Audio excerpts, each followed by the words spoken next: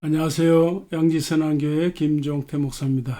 우리 다 같이 찬양을 부르시면서 5월 마지막 주일 예배를 하나님께 드리겠습니다.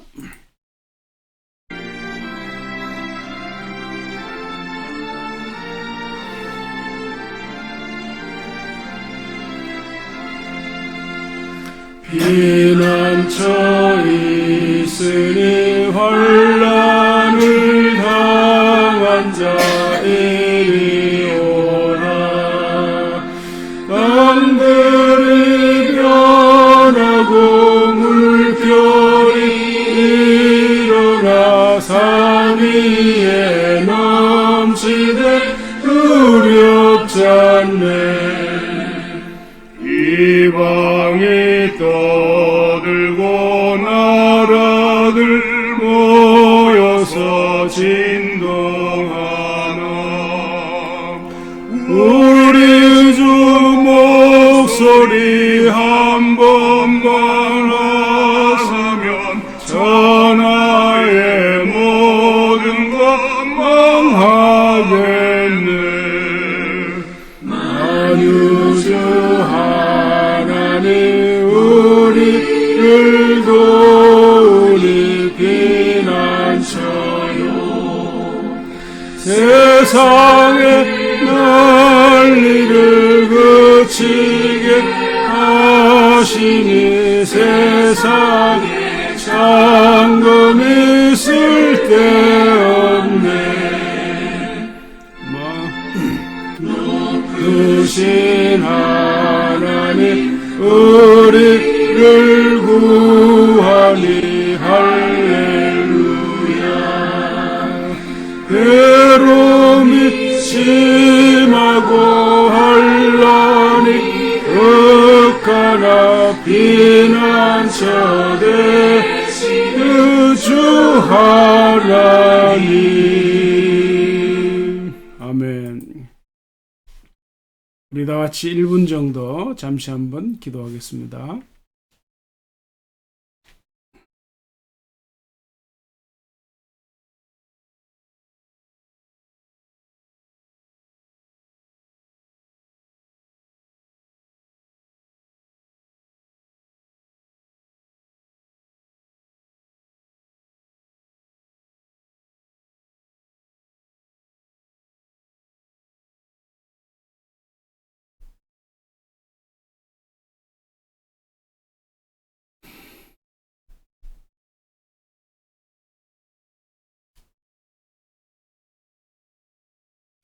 살아계신 주 하나님, 이 시간도 하나님 앞에 나와 예배하며 찬양하며 경배할 수 있는 청을 주시오니 감사합니다.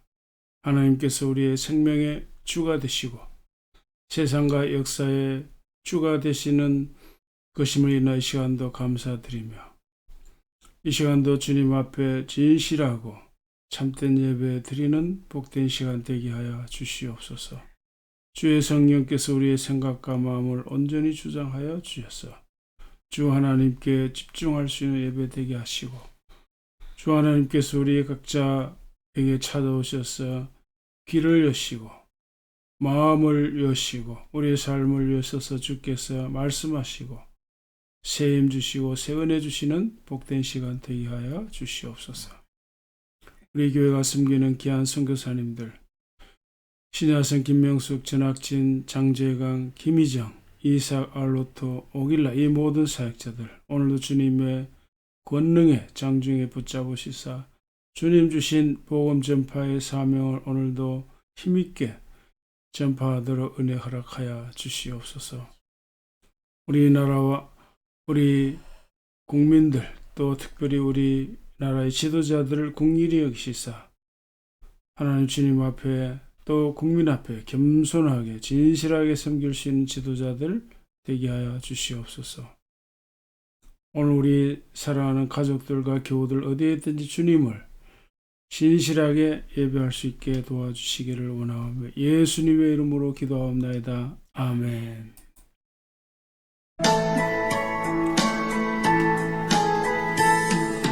만왕의 왕 앞에 나오라 기쁨과 감사의 마음으로 만왕의 왕 앞에 나오라 기쁨과 감사의 마음으로 하나님 행하신 일들을 즐거운 노래로 감사하여라 만왕의 왕 앞에 나오라 기쁨과 감사의 마음으로 온 세상 만물을 지으신 위대한 하나님 아버지는 온 세상 만물을 지으신 위대한 하나님 아버지는 저 깊은 바다와 높은 산 온 우주 만물을 다스리시네 만왕의 왕 앞에 나오라 기쁨과 감사의 마음으로 푸른 육지와 큰 바다 하나님 손으로 지으셨네 산과 육지와 큰 바다 하나님 손으로 지으셨네 사랑과 인자와 넘치니 우리는 그 품의 어린 양이라 만왕의 왕 앞에 나오라 기쁨과 감사의 마음으로 하나님 앞으로 다 나와 무릎을 꿇고서 경배하자 하나님 앞으로 다 나와 무릎을 꿇고서 경배하자 주 말씀 듣고서 따르며 평안과 즐거움 넘치리로다 만왕의 왕 앞에 나오라 기쁨과 감사의 마음으로 성부와 성자와 성령께 찬송과 영광을 돌립니다 성부와 성자와 성령께 찬송과 영광을 돌립니다 만물을 지으신 창조주 영원히 영광을 받으옵소서 만왕의 왕 앞에 나오라 기쁨과 감사의 마음으로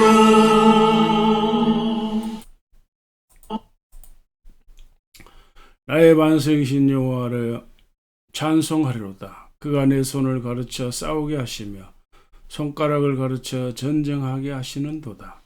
여호와는 나의 사랑이시요 나의 요새이시요 나의 산성이시요 나를 건지시는 이시요 나의 방패이시니 내가 그에게 피하였고 그가 내 백성을 내게 복종하게 하셨나이다. 여호와의 사람이 무엇이기에 주께서 그를 알아주시며 인생이 무엇이기에 그를 생각하시나이까. 사람은 헛것 같고 그의 날은 지나가는 그림자 같으니이다. 여호와의 주의 하늘을 들이우고 강림하시며 산들에 접촉하사 연기를 내게 하소서. 번개를 번쩍이사 원수들을 흩으시며 주의 화살을 쏘아 그들을 무찌르소서. 위에서부터 주의 손을 펴사 나를 큰 물과 이방인의 손에서 구하여 건지소서. 그들의 입은 거짓을 말하며 그의 오른손은 거짓의 오른손이니이다. 하나님이여, 내가 주께 새 노래로 노래하며 열줄 비파로 주를 찬양하리로다. 주는 왕들에게 구원을 베푸시는 자시요 그의 종 다윗을 그 헤아려는 칼에서 구하시는 자시니이다. 이방인의 손에서 나를 구하여 건지소서. 그들의 입은 거짓을 말하며 그 오른손은 거짓의 오른손이니이다. 우리 아들들은 어리다가 장성한 나무들 같으며 우리 딸들은 궁전의 양식대로 아름답게 다듬은 모퉁이 돌과 같다. 우리의 곡간은 백골이 가득하며 우리의 양은 들에서 천천과 만만으로 번성하며 우리의 수소는 무겁게 실었으며 또 우리를 침노하는 일이나 우리가 나아가 막는 일이 없으며 우리 거리에는 슬피 부르짖음이 없을진데. 다 같이요. 이러한 백성은 복이 있나니 여호와를 자기 하나님으로 삼는 백성은 복이 있도다. 아멘. 나는 전능하신 아버지 하나님 천지의 창조주를 믿습니다. 나는 그의 유일하신 아들 우리 주 예수 그리스도를 믿습니다. 그는 성령 잉태되어 동정녀 마리아에게서 나시고 본디오 빌라도에게 고난을 받아 십자가에 못 박혀 죽으시고 장사 4살 만에 죽은 자 가운데서 다시 살아나셨으며 하늘에 오르시어 전능하신 아버지 하나님 우편에 앉아 계시다가 거기로부터 살아있는 자와 죽은 자를 심판하러 오십니다. 나는 성령을 믿으며 거룩한 공교회와 성도의 교제와 죄를 용서받는 것과 몸의 부활과 영생을 믿습니다. 아멘. 사랑의 주님, 5월의 마지막 주일을 주님께 올려드립니다.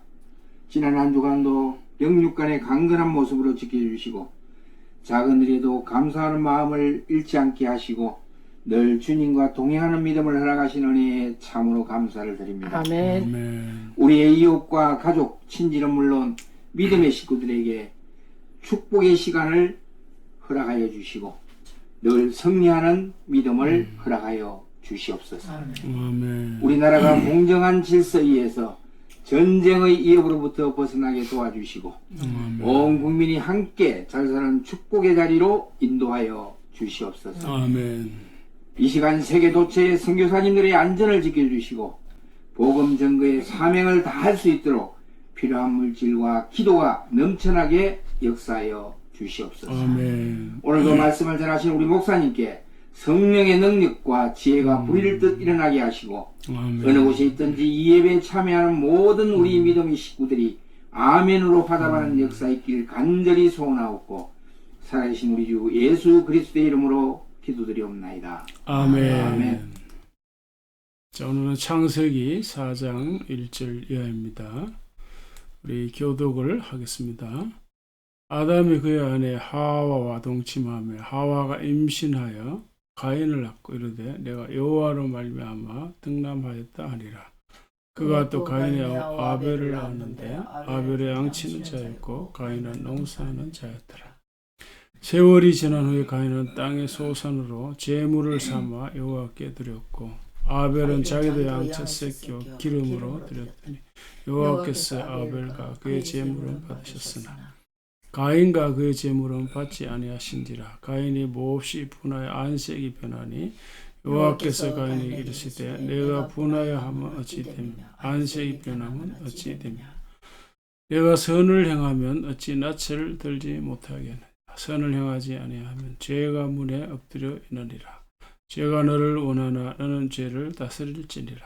가인이 그의 아우 아벨에게 말하고 그들이 들었을 때 가인이 그의 아우 아벨을 쳐 죽이니라. 여호와께서 가인에게 이르시되 내 아우 아벨이 어디 있느냐. 그가 이르되 내가 알지 못하나이다. 내가 내 아우를 지키는 자니이까. 이르시되 내가 무엇을 하여 내 아우의 빗소리가 땅에서부터 내게 호소하느니라. 땅이 그 입을 벌려 내 손에서부터 내 아우의 피를 받았은즉 내가 땅에서 저주를 받으리니. 다 같이요. 내가 밭을 갈아 땅이 다시는 효력을 내게 주지 않을 것이요 너는 땅에서 피하며 유리하는 자가 되리라. 아멘. 제목을 같이 한번 읽겠습니다. 왜 악이 생기는 것일까? 예. 자, 아담과 하와가 범죄하고 에덴 동산에서 쫓겨나지요. 그리고 이들 부부는 가인과 아벨 두 형제를 낳았습니다. 근데 이제 가인이 동생 아벨을 돌로 쳐 죽였습니다. 자, 이것을 보면은 인류 역사, 그러니까 성경 관점으로 보면은 인류 역사 처음부터 엄청난 비극으로 시작이 된 거죠. 자, 이 세상에 악이 없으면 얼마나 좋은데 악이 생겨서 사람들을 참 힘들게 하고 괴롭습니다. 누구나 한 번쯤은 이제 이런 질문을 할 겁니다. 도대체 악이 왜 생기는 것일까? 자, 그래서 오늘은 이 주제를 잠시 생각해 보려고 합니다. 먼저 본문의 이야기를 간단히 정리해 보겠습니다. 자, 아담 부부가 가인과 아벨을 낳았는데 이들이 장성해서 가인은 농사꾼이 되었죠. 그리고 아벨은 양치는 목축업을 했습니다. 가인은 자기 농산물로, 또 아벨은 자기 가축으로 하나님께 제사를 드렸죠. 근데 이제 아벨의 제사는 하나님께서 기쁘게 받아주셨지만은 가인의 제사는 거절했습니다. 자, 이에 가인이 몹시 이제 분노했습니다. 안색까지 변했다고 했습니다. 그때 하나님은 가인을 보고 왜 안색이 변하지? 왜 분노하지? 자, 이렇게 말씀하시면서 이어서 경고를 하시죠. 내가 선을 행한다면 어찌 낯을 들지 못하겠느냐. 네가 선을 행하지 아니하면 죄가 문에 엎드린다. 죄가 너를 원하지만 너는 죄를 다스려야 한다. 이렇게 엄중 경고했습니다. 그러나 가인은 그 하나님 경고를 무시하고 들에 있을 적에 동생 아우를 돌로 쳐 죽이지요. 자, 살인입니다. 살인 비극이죠. 자, 이런 걸 봐야 하는 당시 어머니, 아버지 아담과 하와가 얼마나 힘들었을까.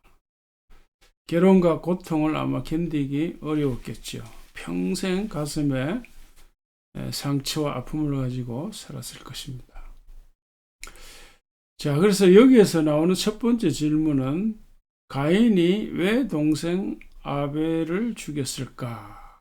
왜 죽였을까? 왜 죽였을까요? 자, 우리가 일반적으로 쉽게 짐작할 수 있는 것은 동생에 대한 형의 시기나 질투심, 이런 거 생각할 수 있어요. 이 질투도 사실 참 무서운 거죠. 이런 걸로 사람을 죽일 수도 있으니까 하나의 원인으로 생각할 수 있겠죠. 그러나 이것만으로 가인의 살해 행위를 다 설명할 수가 있을까? 쉽지 않아요. 왜냐하면 이런 걸 한번 생각해 보세요. 자, 아무리 그래도 그렇지 이 예배나 제사가 뭐길래 자기 제사를 안 받아준다고, 또 동생의 제사만 받아준다고 시기심이, 질투심이 발동해서 동생을 죽인다? 자, 이런 일들이 쉽게 일어날 수 있을까요? 자, 그렇게만 보기에는 얼른 납득이 가지 않죠. 그래서 그런 해석을 보통 이제 단순한 해석이라 그러는 건데, 물론 그럴 수도 있겠지만, 그러나 그렇게만 보고 참 이해가 잘 되지 않아요. 왜 그런가 한번 보세요. 문맥을 보세요. 문맥을 보면 가인이 사실은 동생을 죽일 것이 아니라 하나님을 따져야 되지 않을까요? 하나님께 직접. 왜 내 재산을 안 받아주죠? 왜 동생 재산 받아주죠? 기분 나빠요? 이렇게 말이죠. 그러니까 왜 제사를 받아주지 않는가? 뭐 이런 점에 대해서는 옛날에 이제 여러 번 설교를 했기 때문에 이제 오늘 설교는 이제 그런 데 초점이 아닙니다. 자, 그러니까 오늘 이제 설교 초점 왜 가인이 동생을 죽였느냐? 1차적으로 이제 그겁니다. 그러니까 이 사건의 본질은 사실은 이 가인과 동생 사이의 문제라고 보기 어렵죠. 오히려 가인과 하나님 사이의 문제이거나 아니면 가인 자신의 문제일 것입니다. 아니면 또 다른 어떤 깊은 그 본질적인 문제가 연결되어 있을 것이라 저는 그렇게 생각을 합니다. 자, 다시 말하면 가인이 동생을 죽인 근본적인 원인을 심플하게 단순하게 볼 것이 아니라 아주 다양한 관점에서 봐야 하는 겁니다. 왜 그런가 하면 성경은 가인이 동생을 죽인 것에 대해서 암시만 하지 직접적으로 이거다 저거다 딱 이렇게 지정하지 않기 때문에 우리는 다양한 관점을 열어놓고 다양하게 우리가 볼 수 있어야 한다 이런 뜻입니다. 실제로 우리가 살아가는 삶의 현장에서 이런저런 이 살인 사건들이 많이 일어나는데 여러 가지 원인이 있을 수가 있죠. 자, 그래서 여러 가지 관점에서 우리가 볼 수 있어야 된다. 자, 그래서 제가 이 문제를 가지고 이 인공지능 챗GPT에게 물어보았습니다. 자, 여기서 여러분 이 챗GPT에 대해서 아직도 이제 잘 모르는 사람들이 많기 때문에 간단하게 제가 또 설명을 한번 하겠습니다. 챗GPT라고 하는 것은 뭐 어떤 사람처럼 실체가 있는 건 아니죠. 그냥 이제 기계 프로그램인데, 근데 뭐 여러 가지 이제 기술적으로 설명할 수도 있겠지만 그런 것보다는 이제 결과적으로 얘기를 하면 이런 얘기입니다. 2021년까지 인터넷에 올라온 수많은 지식과 정보 자료들을 이 챗GPT가 나름대로 정리해서 알려주는 겁니다. 우리가 질문하면. 자, 그러니까 이 챗GPT가 말해주는 것은 말하자면 인터넷에 올라온 수많은 전문가들의 의견이나 지식이에요. 그러니까 굉장히 수준이 높은 거죠. 왜냐하면 인터넷에 엄청난 지식들이 올라와 있거든요. 자, 이걸 우리 기억하는 게 좋고요. 가령 이제 성경에 관해서도 마찬가지예요. 성경 얘가 신구약 성경을 다 알고 있어요. 그러니까 말한 성경을 알고 있을 뿐만 아니라 신구약 성경에 대해서 이 지상에는 수많은 신학자들이 있잖아요. 전문가들, 교수들, 목사님들, 그런 사람들이 그 성경 본문 하나 연결하고 해석하고 해놓은 걸 온라인에 다 어제 올려놨거든요. 그런 것들을 다 종합하고 정리해서 자기 나름대로 정리를 해줘요. 그래서 이제 질문을 물론 이제 잘 해야 됩니다. 두 가지 이제 기본적인 건데, 첫째 질문을 잘해야 되고, 두 번째는 이제 챗GPT가 답을 해줄 적에 팩트 체크를 꼭 해야 됩니다. 왜냐하면은 이게 이제 간혹 잘못된 대답을 할 수가 있어요. 그래서 이 두 가지가 꼭 필요합니다. 그래서 이제 팩트 체크, 진짜 이게 사실이냐 아니냐 체크를 할 때 그 질문과 관련해서 팩트 체크를 해야 되잖아요. 그런데 질문하는 사람이 사실은 그 질문과 관련된 어느 정도의 그 전문적인 지식이 있어야 그 팩트 체크를 할 수 있어요. 모르면 자기가 어떻게 할 수 있습니까? 그죠? 그래서 어느 정도 알아야 되고, 그래야 팩트 체크가 가능한 겁니다. 그러니까 당연히 제가 이제 팩트 체크를 하면서 정리해 드린다, 이런 뜻이 되겠습니다. 자, 그래서 챗GPT에게 이런 질문을 했습니다. 가인이 왜 아벨을 죽였나? 왜? 자, 여러분 어떻게 이게 답을 할 수 있겠습니까? 저는 얼른 생각이 나지 않아요. 그러니까 이제 물론 앞서 얘기한 그런 거, 시기나 질투 이런 거 생각할 수 있습니다. 그거는 이제 누구라도 읽으면 그래서 죽일 수 있겠구나 이제 이런 생각을 할 수 있지만, 그런 관점만 가지고 안 된다 그랬죠. 그래서 이런 질문을 하니까 챗GPT가 순간적으로 7개 대답을 해줘요. 순간적으로 5초도 안 돼서 순식간에 답해준 첫 번째 답이 뭔가 하면은 거절감입니다. 거절감. 버림받은 느낌이죠. 말하자면 자신의 재물이 하나님께 받아들여지지 않았을 때, 하나님 나를 버렸나? 하나님 나를 사랑하지 않나? 이 사람이라는 게 그렇거든요. 일반적으로 이제 저런 감정이 저절로 생길 수가 있죠. 자기 잘못은 생각하지 않고 이제 상대에 대해서 이제 이런 생각을 할 수가 있는 거죠. 그 감정이 사례로 이어졌다. 이제 이런 얘기입니다. 버림받은 느낌도 대단한 거죠. 그럼 이제 막가는 그런 생각을 할 수가 있지 않겠습니까? 자, 그리고 이 챗GPT가 이런 답을 하면서도 하는 말이 뭔가 하면은 이걸 딱 하나만 생각하면 안 된다. 다양한 원인이 있을 수 있다. 이렇게 하나의 그 단정적으로 답을 말하는 것이 아니라 이제 가정적으로 말하는 거지. 그럴 수도 있다. 이렇게 대답을 하는 겁니다. 그래서 우리가 성경을 우리가 볼 적에도 여러 가지 관점을 생각하면서 근본적인 답을 찾아 나가야 되겠죠. 자, 그 다음에는 답하는 게 편해라. 그래서 편해. 자, 그럴 수 있겠죠. 그죠? 자, 하나님이 나보다 아벨을 더 사랑하는가 보다. 이런 것도 굉장한 부정적인 감정으로 발전할 수가 있잖아요.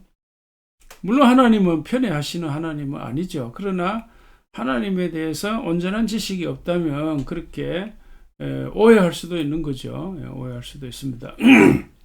자, 그 다음에 답하는 게 뭔가 수치심이라 그래서 수치심, 부끄러움이죠. 이 수치심도 참 이게 나쁘게 작용하려고 그러면은 얼마든지 그렇게 작용할 수가 있죠. 다시 말하면 자신의 제사가 받아들여지지 않았을 적에 생길 수 있는 감정입니다. 자기는 말하자면은 장남이잖아요. 장남으로서 뭔가 자기가 잘하고 있고 뭔가 책임감 있게 리더십을 발휘하고 있다. 이렇게 생각하고 있었을 텐데 뭔가 자신의 이제 부족함이 드러난 거잖아요. 제사를 제사가 거절되었으니까 내 제사가 뭔가 문제가 있나? 내가 뭔가 잘못한 것이 있나? 자, 그런 것이 하나님의 제사 거절로 나타난 것이니까 사람 앞에 자신의 뭔가 부족함이나 이런 것들이 탄로 났다고 할까? 드러났다고 할까? 그래서 수치심을 느낀다는 거죠. 그래서 동생을 죽였다. 이렇게도 볼 수 있는 것이죠.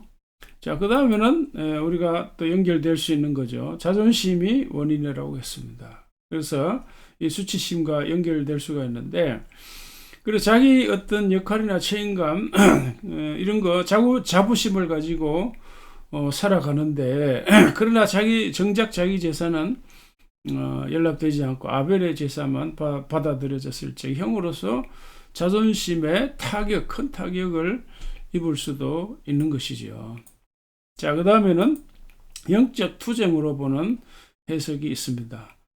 그러니까 이거는 이제 무슨 얘기인가 하면 사람 마음속에 언제나 선과 악이 자리 잡고 있죠. 그래서 지난번에 설교에 말씀드렸죠. 선악의 경계선이 내 밖에 있는 것이 아니라 내 안에 있는 거죠. 언제나 우리 안에 선악이 투쟁하는 거죠. 갈등하는 겁니다. 그래서 가인의 이 살해 행위라고 하는 것은 이 선악의 투쟁에서 악이 이겼다 이런 말이죠. 다시 말하면 아벨은 선한 본능을 상징하고 가인은 악한 본능을 상징하는 건데 가인이 아벨을 죽인 행위는 악이 선을 이겼고 선보다 악을 선택한 그런 사람들의 행동을 상징한다. 그러니까 비유적 해석, 은유적 해석으로 보는 겁니다.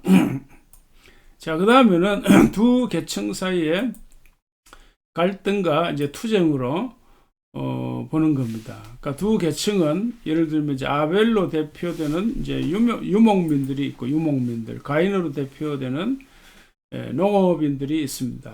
그러니까 우리가 역사를 보면 사실은 이 두 계층이 이제 그러니까 처음에는 대체로 유목민 혹은 뭐 수렵 채취 뭐 이런 시대가 있었잖아요. 유목민이 나오고 그 다음에는 농업인들이 나오죠. 결국 이제 농업인들이 세상을 다 지배하는 건데 어쨌든 이 역사의 변환기, 전환기에 있어서는 이 계층들 간에 갈등과 충돌이 있다는 거죠. 그래서 이 두 계층들 사이에 갈등과 충돌을 상징하는 사건이다. 그래서 우리가 인류 역사를 보더라도 나라와 나라 사이, 민족과 민족 사이, 종족과 이 종족들 사이 언제나 긴장과 갈등, 전쟁이 있어 오지 않았습니까? 지금도 우리가 이 신냉전 시대라 뭐 이런 말을 하면서 지금 또 그런 이제 긴장 갈등이 지금 있는 거잖아요, 그죠? 미국과 중국으로 대표되는 혹은 러시아로 대표되는 그런 긴장과 갈등이 지금 이 시대에도 있습니다. 자, 그래서 이 가인과 이 아벨의 이 충돌, 이거는 말하자면 그런 계층들 사이에 갈등과 충돌을 상징하는 거다. 이게 상징적인 물론 해석이죠. 예. 자, 그 다음에 마지막으로 실패감을 언급합니다. 이건 앞서 언급한 이 수치심하고도 연결이 되는데요. 다른 점은 뭔가 하면 수치심은 이 나머지 앞서 이 세 번째 이 수치심은 나머지 이 세계와 더불어서 이 실존적 차원이 되는 겁니다. 실존적 차원. 그러니까 개인적 차원이라고 보면 됩니다. 네, 그러나 여기서 언급하는 이 실패감이라고 하는 것은 나머지 이 두 개와 더불어 비유적 해석과 이제 연결되는 이제 그런 의미인데요. 네, 다시 말하면 가인의 행동이 일종의 그 개인의 그 실존적 위기를 어떤 상징하는, 그 반영하는 사건이라는 거죠. 예를 들면 이제 이런 겁니다. 자, 우리나라가 지금 엄청 갈등이 많잖아요.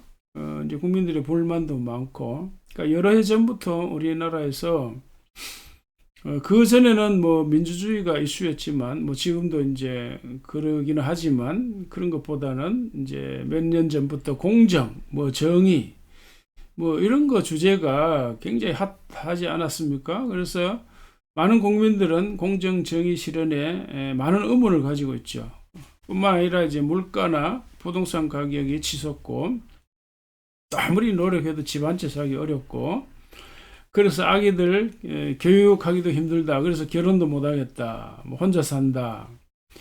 그래서 아무리 열심히 해도 되는 게 없다. 이제 이런 걸로 인해 사람들이 실망감, 실패감, 열패감을 가질 수 있는 거죠. 그래서 어떤 사람들은 살기 어려워서 자살하고, 또 지금도 많은 사람들이 죽고 있잖아요. 뭐 부동산이랄까, 뭐 그런 문제로요. 뭐 전세값 뭐 이런 거 문제로 사기 당해가지고 말이죠. 자, 그래서 어떤 사람들은 이런 그 아픔이 내면적으로 심화되면 자살로 이어지고 밖으로 표출되면 살해로 이어나죠. 묻지마 살 불특정 다수에 대해서 이런 끔찍한 일을 저지르기도 하죠. 미국에도 보면 이 총기 사건이 자주 일어나잖아요.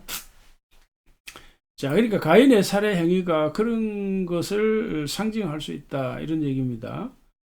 자, 그러니까 가인의 살해 행동이라고 하는 것은 가인 개인의 어떤 행동이라기보다는 우리가 살아갈 적에 삶이 녹록하지 않고 참 아무리 노력해도 되는 것이 없고 힘들고 실망스러운 그런 상황을 반영하는 비유적 사건이라 이렇게 보는 겁니다.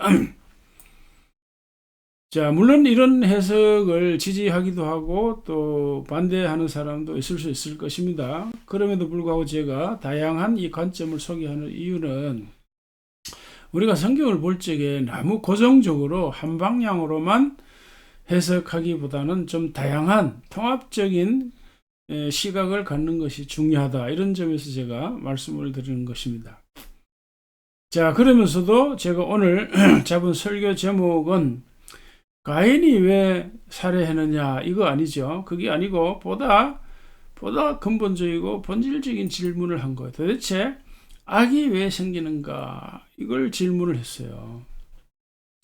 자, 왜냐하면은 오늘 본문의 사건은 결국 이런 질문으로 집약되기 때문에 그렇습니다. 굉장히 근본적인 질문이죠. 개인은 이럴 수도 있고 저럴 수도 있어요. 개인은 이런 상황에 이러기 때문에 저러기 때문에 다양한 이유로 살해를 저지를 수가 있지만, 그러나 보다 그 한 가지로 집약되는 질문은 악이 왜 생기는가 이런 거잖아요.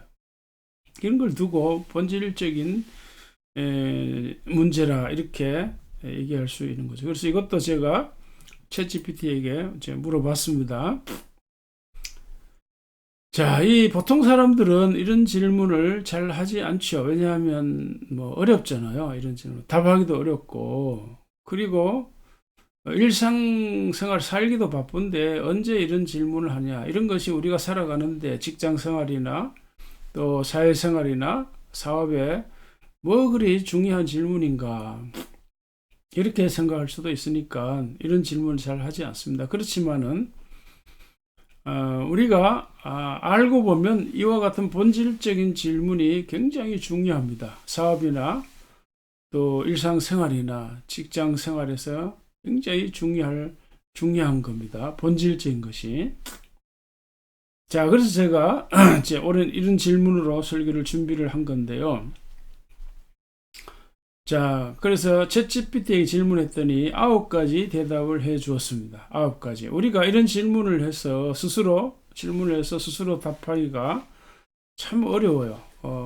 왜 이제 생각하는 훈련도 안 돼 있을 뿐만 아니라 이런 질문을 생각도 잘 안 하니까, 말씀드린 대로. 자, 그래서 우리가 챗GPT의 도움을 받아서 우리가 생각할 필요가 좀 있겠습니다. 첫 번째 대답이 뭔가 하면 생물학적 기원입니다. 자, 이거 무슨 말인가 하면은 인간이나 동물이나 식물이거나 간에 생물학적 본능이 다 있는 겁니다. 살고자 하는 본능이 있잖아요. 그러니까 그걸 전제한 말입니다. 그 다른 말로 말하면 사람이나 동물, 심지어 식물까지, 모든 생물들은 동종끼리 협력하고 서로 도와주면서 살기도 하지만, 경우에 따라서 동종끼리도 이해관계가 얽히며 서로 싸우고 상대에게 해를 가하고 죽이기도 하는 거죠. 그래서 기본적으로 이해 당사자들끼리는 협력하지만 내게 뭔가 손해가 생겼다 그러면 상대를 해치려고 하는 것이 모든 생물들의 본성이요. 쉽게 말하면 살기 위해서 타인을 죽인다는 거죠. 내가 살기 위해서, 내가 살기 위해서 타인을 죽인다는 겁니다. 그 다음에는 이 사회문화적 기원을 얘기를 합니다. 그러니까 이게 무슨 말인가 하면은 이제 인간이라고 하는 시종이 점점 이제 많아지고 사회가 복잡해지잖아요. 자, 그러면 별스런 사람들이 다 있는 거죠. 자, 그래서 이 사회의 질서가 기본적으로 유지되기 위해서는 사람들의 행동을 규제하는 것이 생기는데, 그것에 이제 인간의 본성적으로 생기는 것이 그 도덕 윤리, 이런 것들이죠. 도덕 윤리나 규범, 또 관습, 그리고 조금 더 이제 나아간 법, 이런 게 생기잖아요. 그래서 정직함이라든지 예를 다하고 관대하게 대한다, 이런 걸 선으로 규정을 하고, 또 거짓말이나 무리하게 대하거나 탐욕스러운 행위를 한다거나, 또 어떤 공적인 죄를 이제 범해서 타인들에게 많이들 해를 가하는, 그러니까 이제 법을 만드는 거죠. 그래서 그런 어떤 양심의 법이나 사회적인 법을 지키면 선이고 어기면 악이 되는 거죠. 자, 그래서 결국은 이제 이 사회적 문화적 기원의 관점에 있어서는 이런 관습법이나 도덕이나 윤리나 혹은 또 법이나 이런 것들이 있기 때문에 악이 생긴다. 그런 말이 있어요. 그래서 그런 말이 있잖아요. 법이 있으니까 악이 있는 거지, 법이 없으면 악도 없는 거다. 사실 그렇죠. 선악과라고 하는 법이 있기 때문에 그걸 어기면 이제 악이 되는 거죠. 그래서 이제 그런 관점에서 악이 생긴다, 이제 이렇게 설명을 하는 거고. 자, 그 다음에는요, 철학 및 종교적 관점입니다. 그러니까 이제 이 철학자들이 선과 악의 개념, 종교가 이제 선과 악의 개념을 도입을 했다. 쉽게 얘기하면 신성하거나 종교에 부합하는 것은 선이고, 거기에 반대되는 것은 악이다. 말로 세속적이거나 탐욕, 싸움, 뭐 이런 거, 도덕적으로 부패한 거, 이런 걸 다 이제 악으로 이제 간주한다. 이런 얘기입니다. 자, 그렇게 보는 관점이 있고, 또 하나는 이제 심리적 기원입니다. 이게 무슨 말인가 하면, 사람은 누구나 이 좋은 것과 악한 것을 판별하는 심리가 있잖아요. 자연적으로. 그러니까 선과 악이 따로 객관적인 실체로 존재하는 것이 아니라 사람들의 심리에서 생긴다는 거예요. 다시 말해서 각자 개인의 가치 기준에 따라서 선과 악이 생겨난다, 이런 말인데요. 자, 예를 들면 이런 겁니다. 내 입장에서는 어떤 것이 선인데 상대 입장에서 보면 악이라는 거죠. 가령 이제 고대인들이 전쟁을 그 어떤 삶의 생계 수단으로 삼았잖아요. 또 부족들과 싸우는 거요. 그러니까 남의 나라를 침략해 들어갈 적에 당하는 나라 입장에서는 그 상대 나라의 침략이나 공격이 악인 거죠. 악. 그러나 이 공격자 입장에서는 자기 가족들을 먹이 살리고 말이죠. 자기 나라의 안전을 지키고 하는 것이니까 침략과 공격이 자기 나라 입장에서는 선으로 보이는 거죠. 그러니까 선과 악이라고 하는 것이 보는 관점에 따라 다르기 때문에, 그래서 결국 상대적인 개념이다. 그래서 심리적 측면이 있다. 개인의 가치 기준에 따라 다르다. 이렇게 보는 겁니다. 자, 그 다음에는 아무 생각이 없기 때문에 악이 생긴다. 이렇게 아무 생각이 없다. 자, 이건 무슨 얘기인가 하면은 그 예루살렘의 아이히만이라는 책이 있습니다. 이 책은 한나 아렌트라고 하는 여성학자가 쓴 건데요. 자, 이 사람이 악이 왜 생기는가, 거기에 대한 답변으로 이제 정리한 것이 뭔가 하면 생각 없음이건. 자, 한나 아렌트는 말하자면 유태인 600여만 명이 나치에서 죽었잖아요. 그래서 이 나치 범죄자들 중에 한 사람, 나치 장교 아돌프 아이히만이라는 사람이 있습니다. 이 사람을 재판에 회부했는데, 이제 이 사람을 이제 재판 수많은 이제 여러 차례 이제 재판을 하잖아요.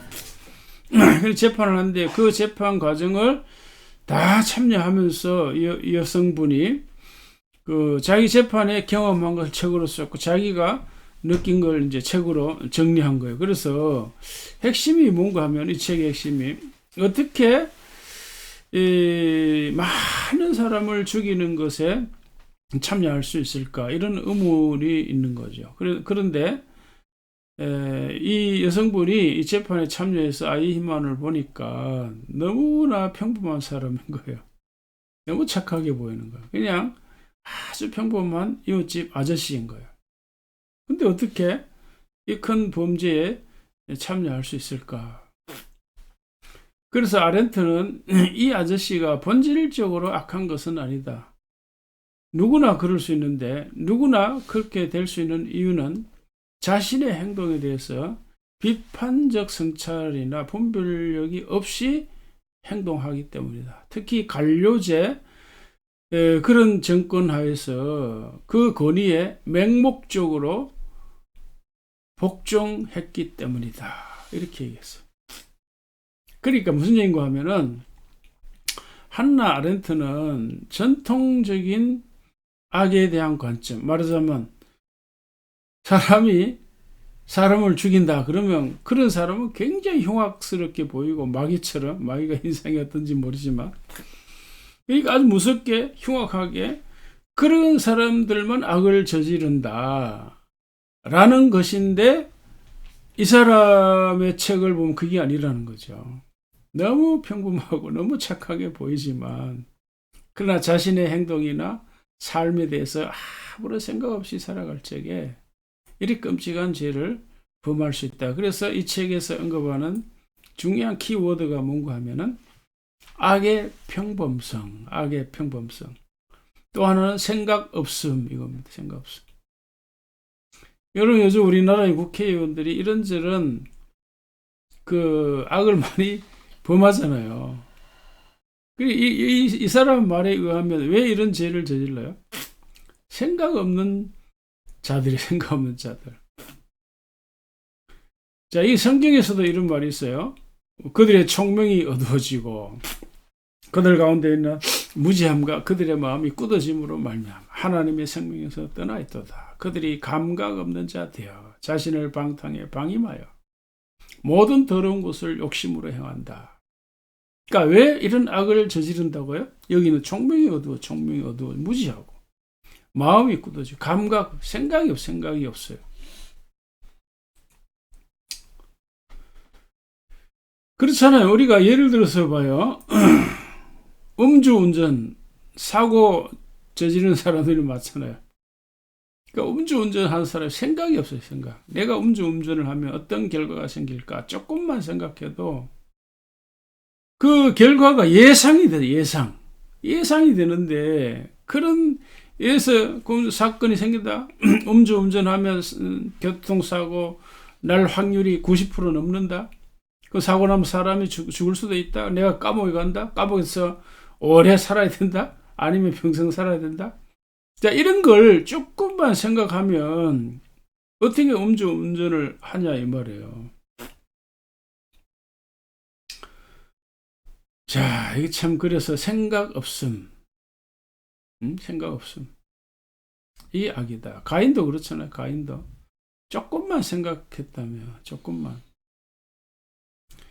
자, 자기가 이제 동생을 죽이고 나서 얼마나 후회를 합니까? 보면은요. 괴로워합니까?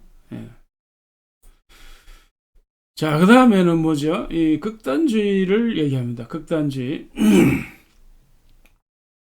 일단 이제 이거는 유명한 심리학자이고 인류학자 스캇 아트란이라는 사람인데 극단주의가 악의 원인이다. 이제 예를 들면 봐요. 폭력이나 살인, 테러, 전쟁 이런 거는 거대 악들이 왜 생기죠? 극단주의 때문이라는 거. 예를 들면 이슬람에 그 이슬람 그 종교인들 그들이 다 이런 테러나 폭력을 행하는 건 아니죠. 그들 중에 근본주의자들이 있죠. 근본주의자들. 그래서 우파나 좌파의 근본주의자들도 마찬가지예요. 이 사회 테러나 폭력을 행하는 사람들은 근본주의자들이고 진영 논리에 빠진 사람들이에요. 우리나라의 민주주의 이름으로 민주주의를 파괴하잖아요. 어떻게? 문자 폭탄이나 살해 위협, 입법 폭력. 자, 그런 거 다 근본주의자들이에요. 극단주의자들입니다. 위험한 거죠. 위험한 거예요. 사람을 죽일 수 있는 거죠. 자, 그 다음에 로이 바우마이스터 이런 사람. 이 사람은 자신의 이기주의가 위협받을 때, 이것도 이제 극단주의하고 이제 비슷한 이기주의가 위협받을 때 악을 행한다. 그랬어요. 그렇겠죠. 그러니까 자기가 어떤 손해가 난다. 자기 살기 위해서 죽이는 거죠. 살기 위해서. 특별히 정치계 그렇잖아요. 정치계에 실제로 뭐 살해가 일어나는 건 아니지만 정치적으로 매장하는 거죠. 자기가 살기 위해서 상대를 죽이는 거죠. 죽이는 거예요. 자, 그 다음에 이 사이먼 코엔이라는 사람, 이 사람은 공감 부족으로 악이 생긴다. 그래서 그렇잖아요. 공감 부족. 내가 예를 들어서 학교 폭력도 마찬가지입니다. 아이들이 친구들을 때릴 때 그 아이가 얼마나 괴롭고 힘들고 고통스러운가, 이 공감이 안 되는 거예요. 공감이 안 되니까 그런 폭력이 일어나는 거예요. 폭력. 그리고 불교에서는 무지. 아까 그랬죠. 우리 성경에서도 그랬죠. 무지. 무지가 악의 원인이다. 악의 원인이다. 자, 그런데 제가 성경 관점에서 가장 중요하게 생각하는 것은 이겁니다. 뭔가 하면 자유와 선택 가능성. 나는 이것이 모든 악의 근본적인 원인이라 이렇게 생각을 합니다. 자, 이게 무슨 말인가 하면은 하나님께서 아담과 하와에게 선악을 알게 한 나무의 열매를 먹지 말라. 먹으면 죽는다 그랬잖아요. 그러니까 이거는 뭘 전제를 할까요? 하나님께서 아담과 하와에게 자유 주신 거, 선택권 이걸 전제한 거죠. 자유가 없다면 이런 명령을 할 수가 없잖아요. 그러니까 이렇게 선택할 수 있고 저렇게 선택할 수 있는 자유가 아담과 하와에게 있는 거예요. 그러니까 자유와 선택권이 없다면 이렇게 하지 마라, 저렇게 해라 하는 이런 금지 명령, 긍정 명령을 줄 수가 없어요. 그러니까 그들에게 자유와 선택 가능성이 있기 때문에 이런 결과가 생길 수도 있는 거죠. 자, 그래서 그러니까 결과적으로 보면 아담과 하와가 금지 명령을 어겼죠. 그 말은 악을 선택한 거, 악을. 그러니까 살해를 하는 행위는 악을 선택한 거죠. 본인의 선택이란 가인의 선택입니다. 그래서 이런 것을 폴 리퀘르라고 하는 신학자가 있습니다. 자, 이런 걸 두고 뭐라고 했냐면 자유의 남용이다. 자유의 남용. 그렇죠. 그리고 남용도 비극적인 남용이다. 그리고 자유를 오용하는 거죠. 오용. 그리고 결론과 핵심은 결국은 이제 이렇게 되는 거죠. 자, 그래서 자유와 선택의 가능성 이거예요. 자유와 선택의 가능성 이것 때문에 이거예요. 그래서 무슨 얘기인가 하면은 우리에게 누구나 자유가 있습니다. 선택권이 있습니다. 내가 선택하는 거예요. 내가. 선도 내가 선택하는 거고 악도 내가 선택하는 거죠. 결국은 어떻게 해요? 신중하게 지혜롭게 사용해야 된다. 이런 뜻이 되는 겁니다. 자, 말씀을 마무리하겠습니다. 우리가 가인의 살해 행위를 통해서 보다 근본적인 질문을 했죠. 보다 본질적인 질문을 했습니다. 왜 악이 생기는가? 왜 생긴다고요? 악이라고 하는 것은 본질적으로 밖에서부터 옵니까? 아니죠. 내 안에서 발생합니다. 내 안에서. 그래서 선악의 경계선이 내 안에 있는 거예요. 내 안에. 내 안에. 내 밖에 있는 것이 아닙니다. 내 밖에. 내 안에 악도 있고 선도 있어요. 내가 관리를 해야 돼요. 내가 관리를. 검은 고양이에게 밥을 줄 것인가? 흰 고양이에게 밥을 줄 것인가? 관리를 내가 해야 되는 거야. 내가. 자, 그래서 중요한 것이 뭘까요? 중요한 것이 이런 말씀이 같이 읽겠습니다. 시작. 자기의 마음을 다스리는 자는 성을 빼앗는 자보다 나으리라. 예. 마음을, 그래서 성경은 항상 자기 마음을 자기가 다스려야 된다. 그러니까 성을 빼앗는 자, 얼마나 힘이 셉니까? 그러니까 성 빼앗는 자 힘, 물리적인 힘보다 정신적인 힘, 영적인 힘, 이게 중요하다는 것을 언급하는 거죠. 그 다음 같이요. 시작. 자기 마음을 제어하지 아니하는 자는 성읍이 무너지고 성벽이 없는 것 같다. 이야, 얼마나 이게 엄청난 이야기입니까? 내가 내 마음을 컨트롤하지 않으면 성읍이 없다. 성벽이 없다. 그럼 뭐죠? 누구라도 나를 공격할 수 있는 거죠. 다른 사람이 나를 컨트롤한다 이 말이에요. 이것보다 위험한 일이 어디 있습니까? 내가 나를 컨트롤해야죠. 내가 내 마음을 다스려야 되죠. 이게 바로 하나님께서 아담에게 주신 왕적 지위, 왕. 하나님은 아담에게 왕의 지위를 준 거예요. 왕의 지위. 우리가 복음 안에서 예수와 함께 죽고 살아난 것도 왕의 지위까지 하나님 우리를 올려놓았다 그랬죠. 제가 저번에 에베소 설교할 적에 말씀드렸죠. 우리를 하늘에 앉혔다. 함께 살아나게 하실 뿐만 아니라 함께 하늘의 보좌에 우리를 앉혔다. 그 말은 하나님 우리를 왕의 자리에 다시 올려놓았다. 그 말이에요. 자, 그 다음에 같이 읽겠습니다. 시작. 모든 지킬 만한 것 중에 더욱 내 마음을 지키라. 생명의 근원이 이에서 나면이라. 그렇죠. 내 마음을 내 마음을. 지켜야 될 것이 많지만, 가족도 지키고, 아내도 지키고, 친구도 지키고, 내 사업도 일터도 지켜야 되지만, 내 마음을 지키라. 마음을 지키라. 내 안에서 언제나 선악이 투쟁하고 갈등하고 결과적으로 내가 선택해야 돼. 내가 어떤 방향이든지 내가 선택하는 거야. 왜? 자유와 선택권이 내 안에 있는 거니까, 내 안에.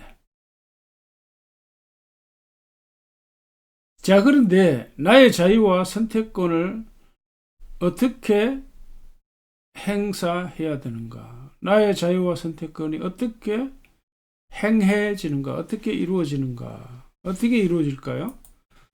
자, 기본적으로 이것이 내 안에 있다는 걸 우리가 기억을 하면서 내가 선택해야 되는데, 그 자유 행사, 내가 이걸 선택할까 저걸 선택할까 하는 기준이 뭘까요? 그 사람의 가치관입니다. 무엇을 중요하게 생각할 것까?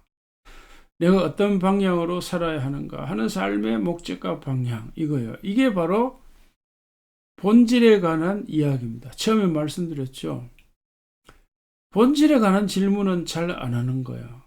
자, 이래서 이게 중요한 겁니다. 예를 들면 우리가 무조건 돈을 많이 벌어야 된다, 이런 생각만 하는 사람은 굉장히 위험한 거예요. 왜요? 돈을 벌어도 어떻게 써야 할지 방향이 없는 거예요. 그래서 이상한데 불법으로 돈을 모을 수도 있고, 이런 본질적인 질문이 없으면 또 불법적으로 돈을 사용할 수가 있는 거죠.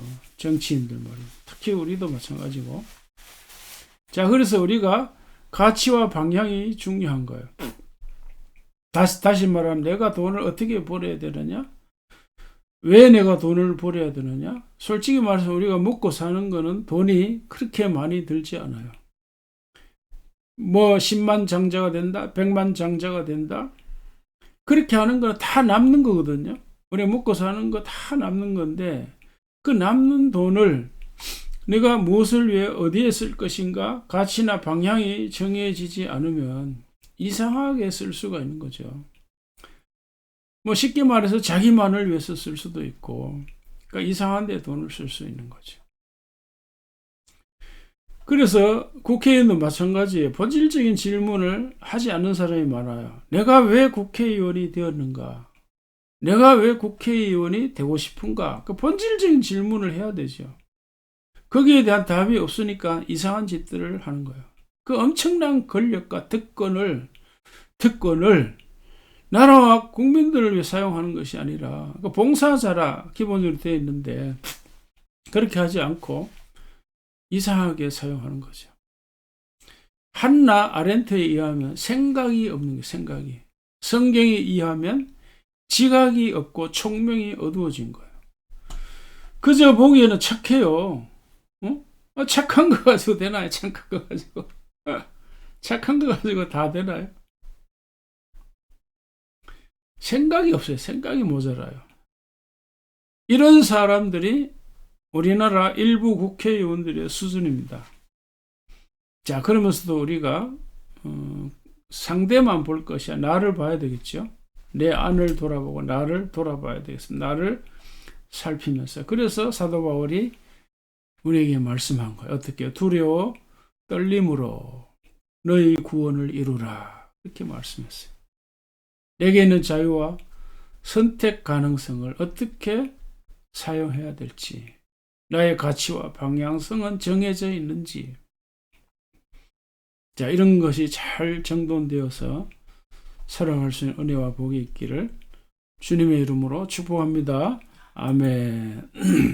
하나님 아버지 감사합니다. 오늘도 우리가 주님 앞에서, 말씀 앞에서 우리 자신을 성찰하면서 또 우리의 삶을 돌아보았습니다. 하나님 아버지, 언제나 내 자신부터, 내 안에서부터 정돈되고 정리되는 삶을 살 수 있게 하여 주시옵소서. 그래서 하나님 앞에서, 사람 앞에서 어디에든지 우리가 당당하게 살아갈 수 있는 저희들 되게 하여 주시옵소서. 하나님 나라의 시민으로서 주변에 좋은 영향을 미치며 살아가는 저희들 되게 하여 주시옵소서. 감사하며 예수님의 이름으로 기도하옵나이다. 아멘. 주께 드리네, 주께 드리네, 사랑하는 구주 앞에 모두 드리네. 아버지 감사합니다. 오늘도 귀한 예물을 주님께 드립니다. 감사헌금, 11조헌금, 성교헌금, 귀한 예물을 드리는 손길마다 주님께서 일일이 기억하셔서 저들을 축복하시되 건강의 복을 주옵소서. 건강을 잘 관리할 수 있는 지혜와 능력을 주시옵소서. 사업을 잘 할 수 있는 능력과 지혜를 주시고 좋은 기회를 주시옵소서. 좋은 사람들을 만나게 해 주시옵소서. 좋은 여건을 허락하여 주시옵소서. 그래서 하나님 주시는 지혜로 사업을 번창시켜 하나님 나라를 위해서 또 주의 복음을 위해서 섬기고 사용할 수 있는 은혜를 허락하여 주시옵소서. 또 우리 젊은이들 직장 생활에 능력과 지혜를 허락하시고 상하 관계 또 자기 업무에 있어서 능력 있게 업무를 수행할 수 있게 하시고 기회가 될 때 승진할 수 있는 복도 허락하여 주시옵소서. 하나님 아버지, 우리 교우들이 언제나 말씀을 따라 믿음으로 살아가는 저희들 되게 하여 주시옵소서. 감사하며 예수님의 이름으로 기도하옵나이다. 아멘. 하늘에 계신 아버지, 이름 거룩하사 주님 나라 임하시고 뜻이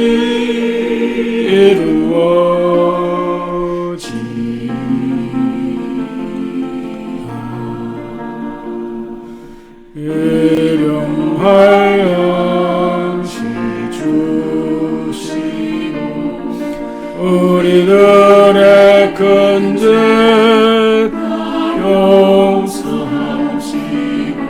또 시험에 들게 하시고 악에서 구원하소서. 주의 나라 주의 권세 주의 영광 영원히